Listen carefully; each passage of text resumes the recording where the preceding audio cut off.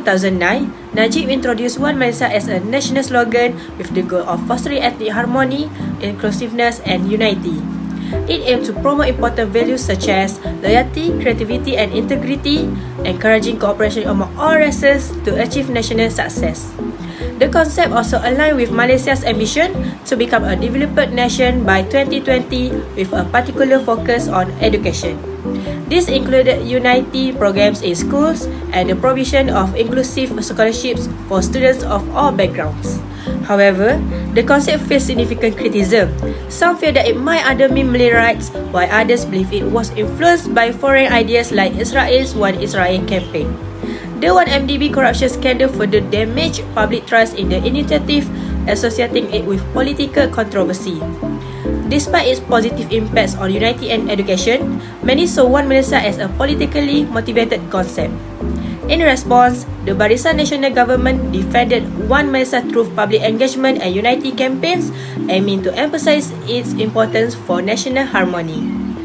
Issue of One Malaysia policy. So, we need to discuss about the first one, Bantuan Rakyat One Malaysia, that also known as BRIM. BRIM is an old form of Bantuan Sara Hidup (BSH) that was implemented under a new direction aligned with Pakatan Harapan Academic and Social Reform Policy. So basically, the Bantuan Sara Hidup goes to Bantuan Prihatin Rakyat BPR, and right now we have STR Sumbangan Tunah Rahmah under subsequent government. So basically, the BRIM is targeted cash aid for the P40 group. It also helps to alleviate the cost of living pressure like paying taxes and following the subsidy rationalization made by the government. But we need to know that BRIM also have the disadvantage, which is the lower income groups will depend on assistance without breaking the vicious intergenerational poverty cycle. Other than that, BRIM could be enhanced by ensuring there is an exit mechanism by linking it to professional program to enhance human capital and productivity. Also, BRIMs can give the opportunities for Malaysians to have access to quality job, better livelihoods and a higher standard of living. The second issue of One Malaysia policy is about PRIMA. What is PRIMA? PRIMA stands for Perumahan Rakyat One Malaysia. So, the program Bantuan Rumah, program Perumahan Rakyat and Rumah Maksud Rakyat One Malaysia were introduced to alleviate the burden of low-income families. This means that the government came up with the idea and gave the response that a family monthly income of individual or a joint should be 2,050 ringgit for 15,000 ringgit to fulfill the needs of the applicants. It also to enable the poor and vulnerable segment to be in a position to own a house with some assistance and opportunity afforded by the government. But we need to bear in mind that PRIMA also have the problem, which is PRIMA face the land availability and slow delivery to the people. The huge number of unsold units is allocated to locations that are not as appealing to potential customers. The inefficiency, exorbitant land acquisition costs, and the unsuitable location have turned the people's housing project into a gigantic economic failure. The last issue that discussed in One Malaysia policy is about One Malaysia Clinic, that also known as K1M. The RM1 charge levied on the patient can alleviate the financial burden of the patient, especially for low-income groups. Example, One Malaysia Clinic in PPR, which stands for People Housing Project, was built in Queen Street, Kuala Lumpur. This project indicates that it is affordable and accessible healthcare for the citizens who are not able to go to private clinic or visit large government hospital. The treatment, equipment, number of staff and service offered at One Malaysia Clinic are more limited compared to other government clinics like community clinics, health clinics and even private clinics. Clinic One Malaysia is equipped only for the most minimal outpatient treatment such as treatment for fever, flu, minor injuries and basic chronic conditions like high blood pressure and diabetes. Clinic One Malaysia also encourages citizens to adopt preventative health-seeking behaviour, as RM1 per visit people feel comfortable coming in for early symptoms rather than waiting until condition get worsened. So, Clinic One Malaysia also has an imbalanced location where only operates in urban area where it would be more functional in rural areas. So, for example, Clinic One Malaysia in Subang Jaya face a scenario of underutilization since it is in urban area, already has a greater concentration of existing healthcare facility. So, of course, it will lead to a low average daily intake of patients. Now, I will take over and talk about the main objective of the policy, focusing on fostering national unity, ensuring social and economic justice, and prioritizing the people in public service transformation. Now, I will take over and talk about the main objective of the policy, focusing on fostering national unity, ensuring social and economic justice, and prioritizing the people in public service transformation. First, the policy aims to foster and strengthen national unity. It brings together people from different races, religions, and cultures, encouraging us to live in harmony, understand one another, and work together as a united nation. One of the key programs supporting this is the youth camps and community events organized by JPNIN, which help to build closer ties among Malaysians. Next, the policy ensures social and economic justice by promoting fairness. It gives every Malaysian an equal chance to succeed by providing help based on necessity. This way, vulnerable groups receive the support they truly need. A great example is the Kedai Rakyat 1 Malaysia or KR1M, which offers affordable goods to low and middle income families, helping to ease their financial challenges. Another important objective is putting people first in public service transformation. This means the government focuses on the needs and well-being of the people when making decisions and delivering services. The slogan, People First Performance Now, reflects these goals. Under the Government Transformation Program, or GTP, key areas like reducing crime, improving education, and managing the rising cost of living are prioritized. For example, the NKRA for crime reduction includes community programs like Rukun Tetangga and increasing police presence in areas with high crime rates. Lastly, the policy aims to improve public administration by making services faster, more transparent, and responsive to people's needs. Efforts include strengthening the Malaysian Anti-Corruption Commission or MACC to fight corruption and introducing the individual performance appraisal system to enhance accountability among government staff. Now that we have discussed the main objective of the policy, let's take a look at the key actors involved in bringing this initiative to life. First, we have Datuk Seri Najib Tun Razak, the 6th Prime Minister of Malaysia and the creator of the 1 Malaysia concept. He also launched the Government Transformation Program, or GTP. Through the use of Key Performance Indicator, or KPIs, and Pemandu, he pushed for a government that is more accountable and focused on delivering real results. Next is Pemandu, the Performance Management and Delivery Unit. Pemandu drive the 1 Malaysia initiative by using KPIs to monitor progress and resolve issues quickly. This unit also plays a vital role in ensuring transparency and keeping the public informed about the government's achievement. Finally, the Ministry of Health Malaysia contributes through the One Care for 1 Malaysia initiative.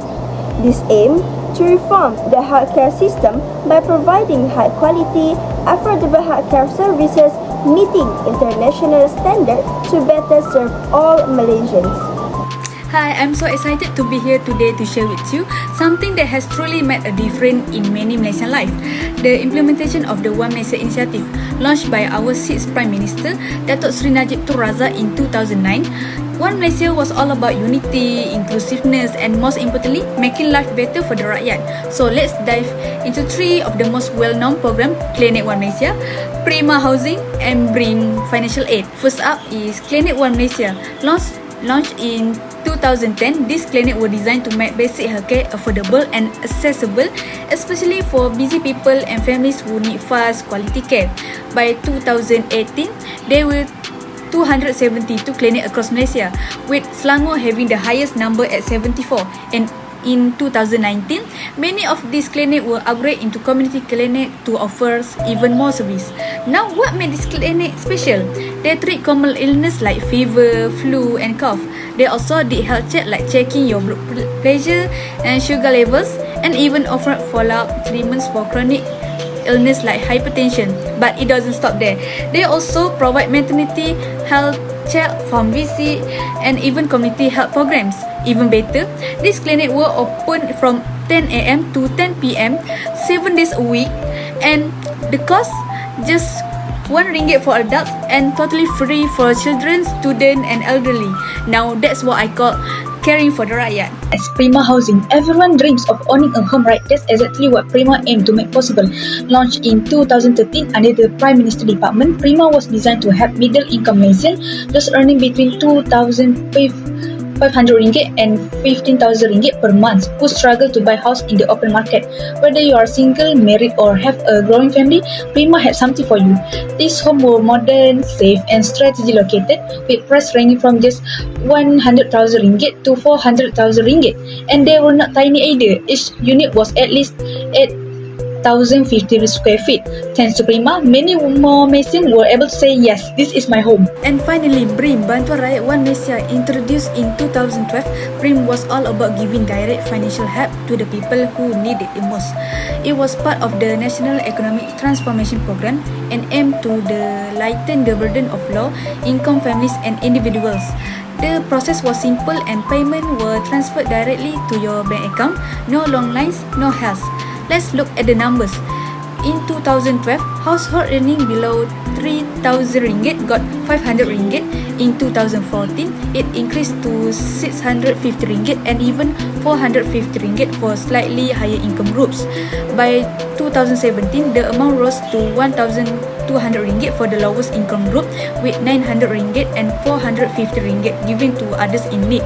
It was a thoughtful way to ensure no one was left behind, especially when times were tough. Thank you, that's all from me.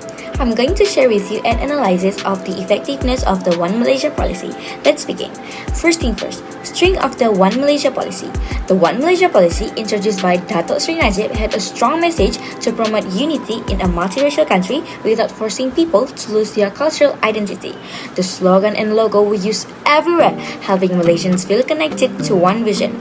Campaigns were also launched to instill values like respect, togetherness, and trust among races. But more than just words, the government introduced practical initiatives like BRIM, which gave cash aid to low-income group, and 1 Malaysia Clinic that offered affordable health care.